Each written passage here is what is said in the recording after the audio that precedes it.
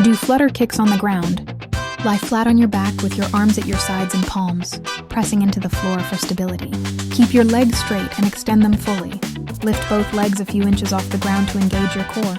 Begin the movement by alternating your legs in an up and down motion. One leg rises while the other lowers, without letting either touch the ground. Keep your core tight and lower back pressed into the floor to avoid strain. Perform the kicks in a controlled rhythmic pace, keeping your breathing steady. Aim for 30 to 60 seconds per set or a desired rep count. This exercise targets your lower abs, hip flexors, and improves core endurance.